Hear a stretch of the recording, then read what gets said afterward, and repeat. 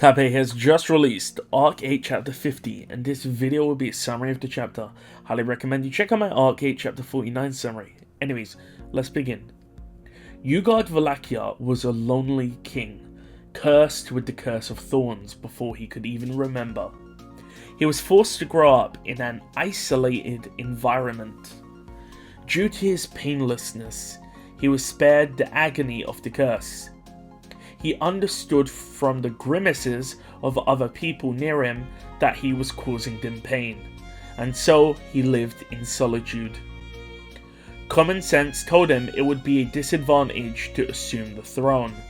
If he became emperor, he would not be able to meet the important figures of Vollachia or other countries. So he decided he shouldn't really take part, and he limited his life to the imperial selection. Of course, meaning that he would be killed during the imperial selection. He would instead focus on how to make everyone's lives better. He didn't feel unhappy with being cursed.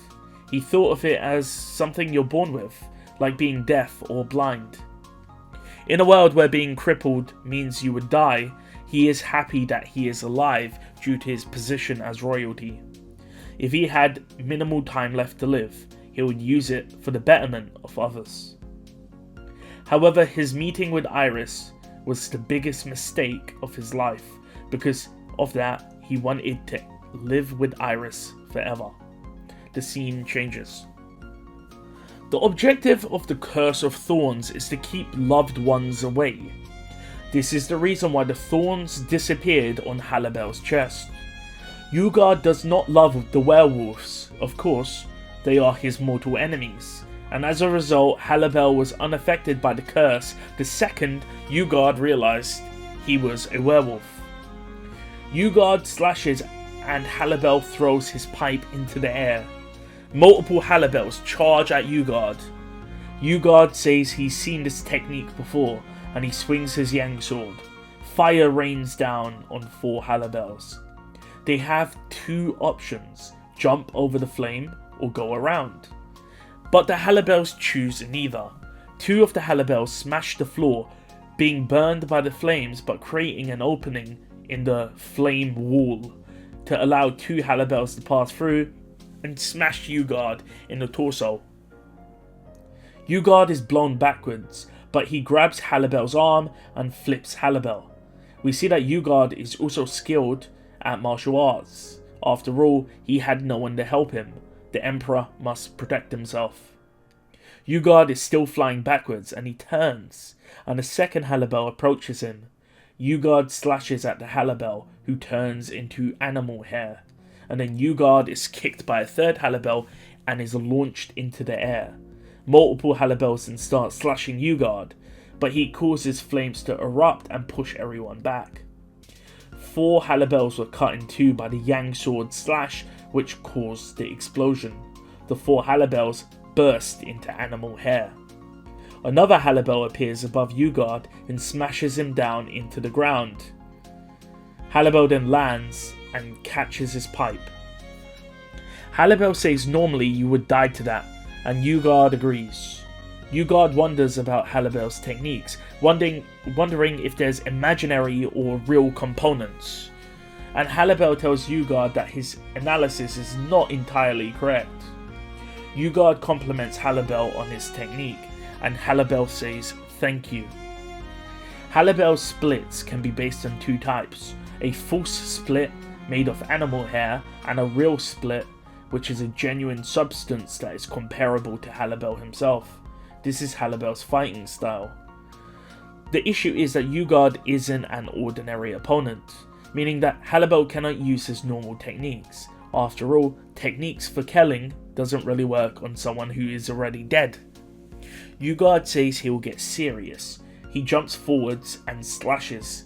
We see Yugard left a Murazame into the hole that was behind him when he landed after being smashed into the ground. Yugard states he'll rather fight with a sword he is familiar with. Yugard and Halibel continue to clash, Halibel smelling the burning of his hair. The scene changes. Yugard was afflicted with the Curse of Thorns. Even though he felt no pain, Sometimes he did feel like he was afflicted by the curse, like it restricted his behaviour. However, soon Yugard was able to work properly. He became optimized for life. Yugard trained himself and continued to grow stronger without comparison, having gained a body to utilize his talents and gifts. Even without the Curse of Thorns, he was the most powerful man of his time. Even without the Curse of Thorns, he would have annihilated the 9 divine generals. However, in his case, most battles were simply executing the enemies who were suffering from the Curse of Thorns. So for those that don't really understand that, because anyone who gets close to Yugard will be afflicted by the Curse of Thorns, and he'll just walk up to them and decapitate them. Yugard slashes, and his enemy, Halibel, cannot be seen. We can see that Halibel is assessing Yugard's swordsmanship. Even if Yugard is an undead, Yugard does not wish to cause his people pain. Yugard puts the strength into the Yang sword. It was the first time that he felt the thrill of wielding a sword against another person. Yugard had first killed someone, an assassin, at the age of 7. The assassin was in the garden and was in agonizing pain and begged Yugard to kill him, so Yugard just chopped his head off. Now he wields his sword to its full potential. Halibel and Yugard clash, with Yugard making the Yang sword disappear and reappear from his left and right hands to attack. Halibel and Yugard clash and they are both blown away from each other. Yugard was growing from this fight. The next clash he could probably improve more. Yugard of course didn't know Halibel was one of the 5 most powerful existences in the world, but thanks to Halibel, Yugard was growing much stronger than he would have been since he was alive. Yugard thanks Halibel. These were words of gratitude. Halibel said to not thank him since he was going to win. However, that was refreshing for Yugard since no one really used to speak down to him like that since he was of course the emperor. Halibel disappears, but Yugard can sense attacks from the left, right and above his head. He decides to take half a step back. Yugard states that the one with no sign is the real one, and with a shallow swing of the Yang sword's hilt, he swings and crashes into Halibel's waist. The Yang sword explodes, twisting the hilt of the Yang sword deeper into Halibel's flesh. Halibel is blown away and Yugard's wrist is broken. Yugard is howling as he sees Halibel fly off. Even Yugard is surprised by his voice. Halibel hits a wall and then stands up. Maybe the next clash he can take another half a step forward, Yugard thinks. Yugard says that he needs to go to his star. Despite having emotions, they were overpowered by his love for Iris. The battle was exhilarating. He never experienced anything like it before, and he knows he probably won't have another experience like this again. However, compared to Iris, this is nothing. He did everything to spend time with Iris. When Yugard was the emperor, he didn't spend that much time in the royal crystal palace. After Iris died, he devoted himself to Iris. Yugard swings and his arm is blown off. The Yang sword pierces the ground, but Yugard's arm does not regenerate. Halibel smokes from his pipe and says he finally found it. Yugard now knows that his arm is truly dead and wonders if Halibel can kill him. And Halibel says it's a challenge, but he thinks it'll work. And Halibel asks what Yugard believes. Yugard states that he forgives Halibel. Yugard's Yang sword reappears in his left arm, and Yugard says his name, Yugard Vollachia, the 61st Emperor, and so does Halibel. They both dart at each other, and Yugard slashes at an angle, making a slash of fire. Halibel dodges it and hits Yugard's knee. They continue the clash and Yugard's body is chipped away bit by bit. Both Halibel and Yugard had wear and tear on their bodies. We see that Yugard used his instant kill attack. By placing the Yang sword into its scabbard and pulling it out again, he can unleash instant kill strikes, but Halibel evades it by rolling along the floor. Halibel is rolling towards the hole that Yugard used to be in, and we can see that nearby the hole, Groovy appears, aiming for the hole. Of course, in this hole is the demon sword Morizame that Yugard left behind. Yugard, seeing this, throws the Yang sword at Groovy. Should Yugard hit Groovy, he can simply teleport the Yang sword back to his hand. Yugard also realizes Halibel might attack him. However, none of that happens.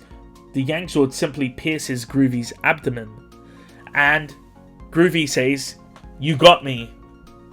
We see that as Groovy went near the hole in the ground where the demon sword was, the demon sword just flew out of the hole without being touched.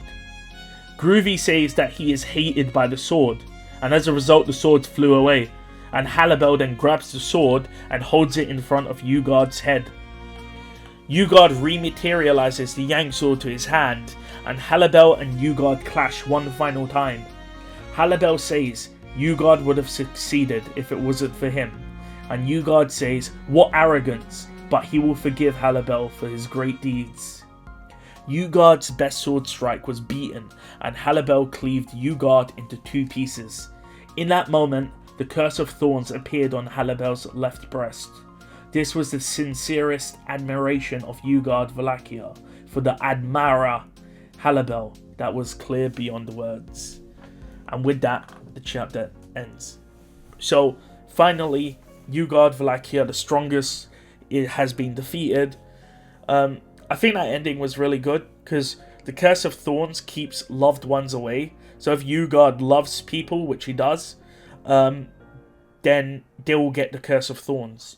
Of course, because Yugard doesn't like werewolves, once he found out that Halibel was a werewolf, he no longer had love for Halibel, so the curse disappeared. But at the end of the chapter, Yugard has started to love Halibel again. Of course, not like sexual love, but like love as a person, because of what Halibel was doing, like his skill, his potential.